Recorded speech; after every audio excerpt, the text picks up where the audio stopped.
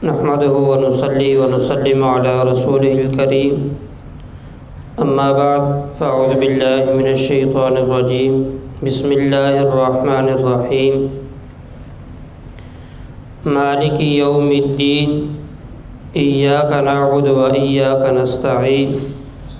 صدق الله العظيم۔ وہ مالک ہے روز جزا کا، ہم اسی کی عبادت کرتے ہیں اور اسی سے مدد مانگتے ہیں۔ یہ سورۃ الفاتحہ کی آیت نمبر 3 اور 4 کی تلاوت اور ترجمہ عرض کیا گیا ہے۔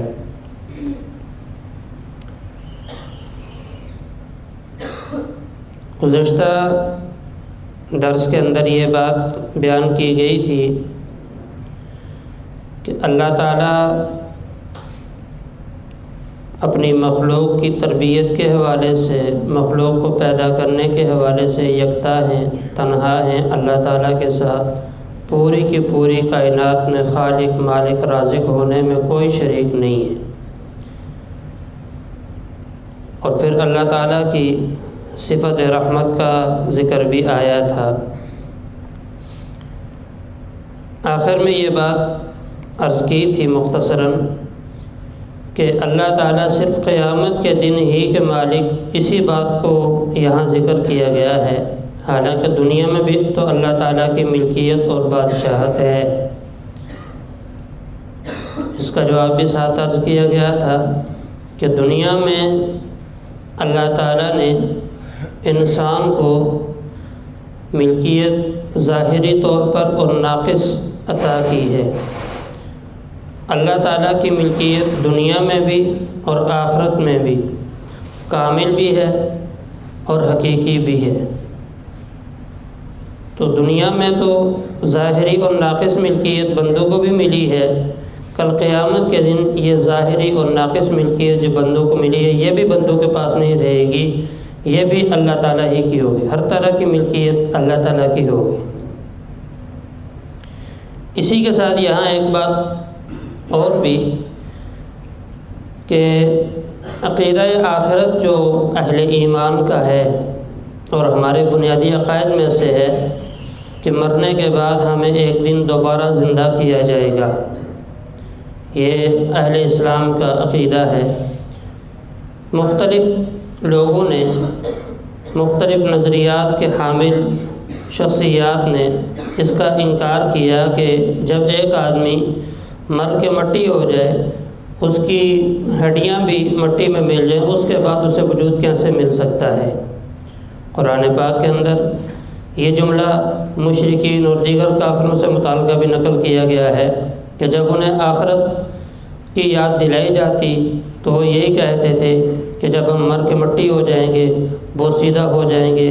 اس کے بعد ہمیں دوبارہ زندہ کیا جائے گا، یہ بات ہماری سمجھ میں نہیں آتی۔ تو اکثر اوقات جو کافر لوگ تھے، منکرین تھے، وہ قرآن پاک کی آیات کو آپ صلی اللہ علیہ وسلم کے سمجھانے کو عقل کی بنا پر رد کیا کرتے تھے کہ آپ کی بات چونکہ ہماری عقل میں نہیں آتی اس لیے ہم اس بات کو تسلیم نہیں کرتے۔ یہ بات یاد رکھیے گا کہ ہم اس چیز کے پابند ہیں کہ شریعت کا جو حکم ہو ہم اس کو تسلیم کریں۔ شریعت اس چیز کی پابند نہیں ہے کہ جو ہماری عقل میں آئے وہی حکم شریعت ہو۔ دوسرے الفاظ میں اس کو یوں کہیں کہ ہم شریعت کے محتاج ہیں کہ شریعت کے ہر حکم کو تسلیم کریں، شریعت ہماری محتاج نہیں کہ وہ ہماری عقل کے مطابق ہمیں حکم کرے۔ اس لیے اس بات کو بھی منکرین نے عقل کی بنا پر رد کیا کہ مرنے کے بعد دوبارہ حساب کتاب، بندوں کا اٹھنا، اس کا کوئی وجود نہیں ہے۔ تو اللہ تعالیٰ نے ابتداءً یہاں، چونکہ میں نے کل عرض کیا تھا کہ قرآن پاک میں جتنی تفاصیل بیان ہوئی ہیں ان تمام کے تمام تفاصیل کا خلاصہ اور نچوڑ یہ سورۃ الفاتحہ ہے۔ تو عقیدہ آخرت کو اس آیت میں بیان کیا گیا ہے اور واضح الفاظ میں یہ بات بتائی گئی ہے کہ جس طرح ہم دنیا میں اعمال کریں گے ان اعمال کا بدلہ ایک نہ ایک دن ہمیں ملنا ہے، اور یہ بات بھی اگر حقیقتاً دیکھا جائے تو عقل سے بھی بعید نہیں ہے۔ دنیا میں ہم دنیا کے کام کاج کرتے ہیں، کام کاج کرنے کے بعد ہماری خواہش یہ ہوتی ہے کہ ہمیں اس پہ اجرت ملے، اور جب تک اجرت نہ ملے، اگر کوئی اجرت دینے سے انکار کرے تو ہم اس سے لڑائی بھی کرتے ہیں، اس سے مقابلہ بازی کرتے ہیں۔ کیوں کرتے ہیں؟ اس لیے کہ ہمارے ذہن میں یہ بات ہوتی ہے کہ ہم نے اس کو وقت دی ہے، محنت کی ہے، ہماری جان لگی ہے، اب اس کے نتیجے کے طور پر ہمیں اس کی اجرت ملنی چاہیے، جب وہ نہ ملے ہم لڑتے ہیں۔ لیکن یہ بات ہماری سمجھ میں کیوں نہیں آتی کہ جس اللہ نے ہمیں وجود دیا ہے، دنیا میں بھیجا ہے، ایک کام کے لیے بھیجا، دنیا جو کہ دارالعمل ہے، ہمیں اعمال کرنے کے لیے دنیا میں بھیجا ہے، تو کیا ان اعمال کا جو ہم دنیا میں ادا کر رہے ہیں ان کا بدلہ ہمیں نہیں ملے گا؟ یہ بات تو عقل سے بھی سمجھ آنے والی بات ہے، لیکن حقیقی بات یہ ہے کہ وہ لوگ ایسے تھے کہ ان کے دل وہ بھی حق کو قبول کرنے کی صلاحیت نہیں رکھتے تھے، ان کی آنکھیں حق کو دیکھنے کی صلاحیت نہیں رکھتی تھی، ان کے کان حق سننے کی صلاحیت نہیں رکھتے تھے۔ تو جب یہ صلاحیت ہی ان میں موجود نہیں ہے، کان تو تھے، قرآن پاک میں جو یہ بات مختلف مقامات پہ آئی ہے نا کہ وہ سنتے نہیں تھے، ٹھیک ہے، تو اس کا مطلب یہی ہے کہ سنتے تو تھے، اس سننے کے بعد اس پر عمل نہیں کرتے تھے، جس کو آپ سماع نافع کے عنوان سے پڑھتے ہیں کہ ان کا سننا نفع کا باعث نہیں تھا بلکہ نقصان کا باعث تھا، کہ سننے کے بعد وہ پھر منہ موڑ کے چل دیے کرتے تھے۔ بلکہ مشرکین مکہ کے بارے میں تو یہاں تک آتا ہے کہ جب کسی مشکل میں پھنستے، چونکہ ان کے زیادہ تر اسفار جو تھے وہ بحری ہوا کرتے تھے، سمندر کے اوپر، دریاؤں کے اوپر، کشتیاں اس زمانے میں وہ دوسری ہوا کرتی تھی۔ آج کل تو خیر یہ موٹر وغیرہ اور یہ چیزیں سہولیات والی آ گئی ہیں، اس وقت کشتی ہاتھ سے چلا کرتی تھی۔ تو اس کشتی میں ایک یہ بھی ہوتا تھا کہ اگر مخالف سمت ہوا چل رہی ہے، اس طرف اگر کشتی جا رہی ہے، ہوا کا رخ بھی اسی طرف ہے، پھر کشتی ٹھیک چلتی تھی۔ اگر ہوا کا رخ بدل جائے تو پھر کشتی کے ڈوبنے کے امکانات زیادہ ہوتے تھے۔ تو جب یہ کیفیت ہوتی تو اس وقت وہ بھی قرآن پاک کہتا ہے مخلصین لہ الدین، دعوا اللہ مخلصین لہ الدین، اللہ تعالیٰ کو بڑے اخلاص کے ساتھ پکارتے تھے، اے اللہ ہمیں یہاں سے نجات دے دے، اس کے بعد تیری نافرمانی نہیں کریں گے۔ لیکن اللہ تعالیٰ نے پھر آگے ان کے اس عمل کو ذکر کرتے ہوئے فرمایا فلما نجاہم الی البر اذا ہم یشرکون، کہ جب ہم انہیں خشکی کی طرف نجات دے دیتے ہیں وہ پھر شرک میں لگ جاتے ہیں۔ تو ان کا رویہ اور طرز یہ تھا کہ وہ احکام شریعت کو اس انداز سے مانتے تھے کہ جو ہماری عقل اور سمجھ میں آئے گا اس پہ تو عمل کریں گے، جو ہماری عقل اور سمجھ سے باہر ہے اس پر عمل وہ نہیں کیا کرتے تھے، یعنی ان کو صحیح تسلیم کرتے، عمل تو وہ جو بات سمجھ میں آتی تھی اس پہ بھی نہیں کرتے تھے، لیکن ماننا اس بات کو ہے جو ہماری عقل جس کو تسلیم کرے گی، اس بات کو سرے سے مانیں گے ہی نہیں جس کو ہماری عقل تسلیم نہیں کرتی۔ جس طرح مختلف آپ صلی اللہ علیہ وسلم کے معجزات ہیں تو باوجود دیکھنے کے بھی مخالفین نے نہیں مانا، کیوں؟ ان کی عقل اس بات کو تسلیم نہیں کرتی تھی کہ یہ کام ہو سکتا ہے۔ تو خیر عقیدہ آخرت کا انکار بھی اسی بنیاد پہ ہوا ہے، لیکن چونکہ یہ عقیدہ قرآن پاک کی دیگر بہت ساری آیات سے ثابت ہے، اور یہ بھی قرآن پاک میں صاف طور پر آتا ہے یوم ہم بارزون لا یخفی علی اللہ منہم شیء لمن الملک اليوم للہ الواحد القہار، یہ بھی آتا ہے۔ اسی طرح یہ بھی صاف الفاظ میں آتا ہے کہ ان الساعۃ لآتیۃ لا ریب فیہ ولکن اکثر الناس لا یؤمنون، کہ قیامت ضرور بھی ضرور آئے گی لیکن اکثر لوگ اس پر ایمان نہیں لاتے، اکثر لوگوں کے دلوں میں یہ یقین نہیں ہے کہ آخرت واقع ہوگی، ہمیں جو ہم اعمال کر رہے ہیں ان اعمال کا حساب و کتاب دینا ہوگا، اکثر لوگ نہیں مانتے۔ اور نہ ماننا میں نے ابھی عرض کیا کہ وہ عقل کی بنیاد پہ ہے۔ دونوں چیزوں میں وجہ فرق ایک اور بھی ہے کہ دنیاوی کام کاج ہم کرتے ہیں، ہمیں اجرت نہ ملے ہم لڑتے ہیں، آخرت کے کام کاج جو ہم کرتے ہیں آخرت کے لیے ان پر اجرت کو تسلیم نہ کرنے کی ایک وجہ یہ بھی ہے کہ ہم دنیا میں جو کام کرتے ہیں اس کا مفاد ہمیں اپنی آنکھوں سے نظر آتا ہے، ایک بدیہی چیز ہے، ظاہری چیز ہے، لیکن جو اعمال ہم آخرت کے لیے کرتے ہیں ان کا نتیجہ ہمیں دنیا میں ظاہری طور پر نظر نہیں آتا۔ اور ہماری چونکہ محنت مادیات پہ بہت زیادہ ہو چکی ہے، اس لیے ایسی چیزیں کہ جن کا تعلق مادیات سے نہیں ہے ان کو جلدی جلدی ہماری عقل تسلیم نہیں کرتی۔ اگلی آیت میں یہ بات ہمیں سمجھائی گئی، ایاک نعبد و ایاک نستعین، اے اللہ ہم تیری ہی عبادت کرتے ہیں اور تجھ ہی سے مدد مانگتے ہیں۔ عبادت کس کو کہتے ہیں کہ کسی کی محبت، کسی کے ادب احترام میں اپنے آپ کو بالکل انتہا درجے تک جو ہے نا تو ذلیل اور پست کر دینا۔ جیسے نماز کے اندر ہم اللہ تعالیٰ کی سامنے عاجزی اور انکساری کا اظہار کرتے ہیں، رکوع میں بھی عاجزی کا اظہار ہے، ویسے دیگر کیفیات بھی ہیں لیکن زیادہ جن چیزوں میں ہے، اور رکوع کی بنسبت بھی سب سے زیادہ عاجزی اور انکساری جو ہے وہ سجدے کی حالت میں ہے۔ اور حدیث مبارک میں آتا ہے، نبی کریم صلی اللہ علیہ وسلم نے فرمایا کہ سجدے کی حالت میں انسان اللہ تعالیٰ کے سب سے زیادہ قریب ہوتا ہے۔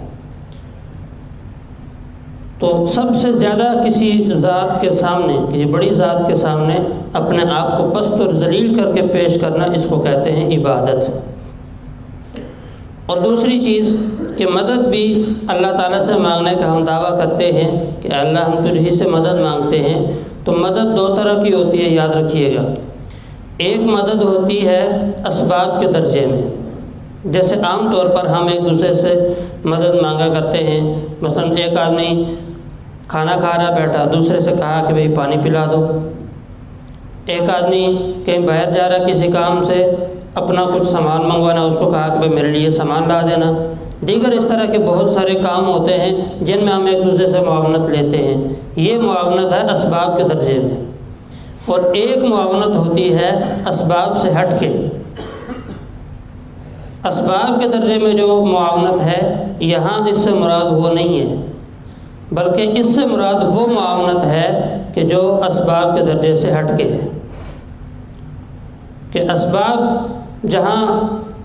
ان کا کوئی بس نہ چلے، اس سے آگے جو ذات مدد کرنے والی ہے وہ ذات اللہ تعالیٰ کی ہے۔ اور یہ یاد رکھیے گا، اسباب کو بھی پیدا کرنے والی ذات اللہ تعالیٰ کی ہے، انہی اسباب کی بنا پر ہم ایک دوسرے کی مدد کر سکتے ہیں۔ اگر اللہ تعالیٰ ہمیں اسباب ہی عطا نہ کریں تو ہم کیسے ایک دوسرے کی مدد کریں گے؟ در حقیقت یہ جو اسباب کے درجے میں معاونت ہے، اس میں بھی توفیق اللہ تعالیٰ کی طرف سے شامل ہوتی ہے۔ اگر اللہ تعالیٰ کی توفیق شامل حال نہ ہو تو ہم اسباب کے درجے میں بھی کسی کی معاونت نہیں کر سکتے۔ اسی بات کو میں نے شروع میں سمجھایا تھا کہ اللہ تعالیٰ بعض چیزوں پہ انسانوں کو ناقص اور عارضی ملکیت عطا کر دیتے ہیں، اور یہ ناقص اور عارضی ملکیت یہ بھی قیامت کے دن ہم سے چھین لی جائے گی، ہمارے پاس نہیں رہے گی۔ یہی وجہ ہے کہ دنیا میں اسی اسباب کے درجے میں جو معاونت ہے، اسی کی ایک ہمدردی اور اسی کا ایک عملی شکل یہ ہوتی ہے کہ ہم جو اپنے اعزاء قارب، اپنے تعلق داروں کے ساتھ معاونت بھی کرتے ہیں، اور تعلق زیادہ قریبی ہو تو یہاں تک بھی ہوتا ہے کہ ہم ایک دوسرے کے لیے جان دے دیا کرتے ہیں، لیکن آخرت کے حساب بالکل اس کے برعکس ہے۔ قرآن پاک میں اور احادیث میں اس بات کو بڑی کھلے الفاظ میں بیان کیا گیا کہ کل قیامت کے دن ماں اپنے بیٹے کو دیکھ کے بھاگے گی، باپ بیٹے کو دیکھ کے بھاگے گا، بھائی بھائی کو دیکھ کے بھاگے گا، کہیں مجھ سے نیکی نہ مانگ لے۔ یہی وہ لوگ تھے جو دنیا میں ایک دوسرے پہ جان دینے کے دعوے کرتے تھے، ہم آپ کے خاطر جان دے دیں گے۔ آج وہی ہیں جو ایک دوسرے کو دیکھ کے بھاگ رہے ہیں، کہیں مجھ سے نیکی نہ مانگ لیں۔ تو اس لیے وہاں معاونت جو ہوگی، دنیا میں جو ہم معاونت کرتے ہیں یہ تو اسباب کے درجے میں ہے، چونکہ وہاں اس معاونت کے بھی ہمیں اللہ کی طرف سے اجازت نہیں ہوگی۔ ہاں بعض افراد ایسے ہوں گے، جیسے قرآن پاک میں مختلف جگہ پہ آتا ہے کہ وہ لوگ سفارش کریں گے، ان کو شفاعت کی اجازت دی جائے گی، لیکن اجازت دیں گے اللہ تعالیٰ۔ یہ مالک یوم الدین کے ضمن میں ایک بات کہنا بھول گیا، یہ یاد رکھیے گا، دو چیزیں الگ الگ ہوتی ہیں، ایک جگہ قانون چلتا ہے اور ایک جگہ اخلاقیات چلتی ہیں۔ جب کسی چیز کے مالک کے پاس ہم جائیں تو جو اس چیز کا مالک ہوتا ہے اس کے لیے قانون کوئی حیثیت نہیں رکھتا، اور ایک ہوتا ہے کہ آدمی خود مالک نہیں ہے، مالک نے وہ چیز کسی دوسرے کے حوالے استعمال کرنے کے لیے کی ہوئی ہے، اب جب وہ دوسرا آدمی ہے وہ قانون کا پابند ہے، اس سے اگر وہ قانون کی خلاف ورزی کرے گا پوچھا جا سکتا ہے، لیکن مالک اگر قانون کی خلاف ورزی کرے اس سے پوچھا نہیں جا سکتا۔ اسی طرح ایک فرق اور ہوتا ہے کہ اگر مالک کے پاس کسی معاملے میں جانا ہو تو وہاں کسی وکیل اور قانون پر بحث کرنے والے کی ضرورت نہیں پڑتی۔ وکیل اس کو کہتے ہیں جو قانونی حوالے سے کسی مقدمے پہ بحث کرے قانون کے دائرے میں رہتے ہوئے، اور سفارشی اس کو کہتے ہیں جس کے لیے کوئی قانون متعین نہیں ہے، ٹھیک ہے، بغیر قانون کے، وہ قانون سے بحث نہیں کرتا۔ تو ہمیں اللہ تعالیٰ نے یہ بات سمجھائی ہے، کل قیامت کے دن اگر میرے سامنے آنا ہے تو مجھے مالک سمجھ کے آنا ہے، میری عدالت میں وکیل کی ضرورت نہیں ہے، میری عدالت میں سفارشی کی ضرورت ہے، لہذا سفارشی لے کے آؤ۔ سفارشی آپ صلی اللہ علیہ وسلم نے خود اپنی احادیث میں مختلف مواقع پہ بیان کیے ہیں، کون کون لوگ سفارش کریں گے جنہیں اللہ تعالیٰ اجازت دیں گے۔ تو آخر میں چونکہ کل ایک یہ بات بھی عرض کی تھی کہ یہ جو آگے صفات ذکر کی جا رہی ہیں یہ اصل میں ایک اعتبار سے دیکھیں تو دلیلیں بھی بن سکتی ہیں۔ پہلا جملہ تھا الحمدللہ، اگر ان کو اگلی جو آیات آ رہی ہیں ان کو دلیل بنائیں تو پھر اس کا ترجمہ یوں بھی ہو سکتا ہے کہ اللہ تعالیٰ وہ ذات ہے کہ جس کا وجود لازم ہے، اس وجہ سے کہ وہ تمام جہانوں کی پرورش کرنے والا ہے، تمام جہانوں کو پالنے والا ہے۔ ظاہر ہے جہانوں کی پرورش وہی کر سکتا ہے جس کا اپنا وجود ہو۔ پرورش کیوں کرتا ہے؟ اس کی وجہ کہ اللہ تعالیٰ کی صفت رحمت ہے کہ اللہ تعالیٰ ان پر رحمت و شفقت فرماتے ہوئے ان کی تربیت کرتے ہیں، ٹھیک ہے۔ پھر آگے مالک یوم الدین کہ جب پرورش کی ہے دنیا میں رہتے ہوئے، جب وہ محنت کریں گے، کوشش کریں گے، اچھے اعمال کریں گے تو کل قیامت کے دن ان کو ان کے اچھے اعمال کی اجرت اور بدلہ بھی دیا جائے گا، اور اگر نافرمانی کریں گے تو اس پر ان کو سزا بھی ملے گی۔ یہ تمام کام وہ ذات کر سکتی ہے جس کا اپنا وجود ہو، اگر اپنا وجود نہ ہو یہ کام نہیں ہو سکتے۔ تو اللہ تعالیٰ کا وجود بھی ہمیں اس پہلی آیت سے سمجھ میں آیا، اور اگلی آیات اس پہ دلیل بن رہی ہیں۔ اللہ تعالیٰ سے دعا ہے اللہ تعالیٰ ہمیں صحیح معنوں میں قرآن پاک کی سمجھ عطا فرمائے۔ نحمدہ و نصلی و نسلم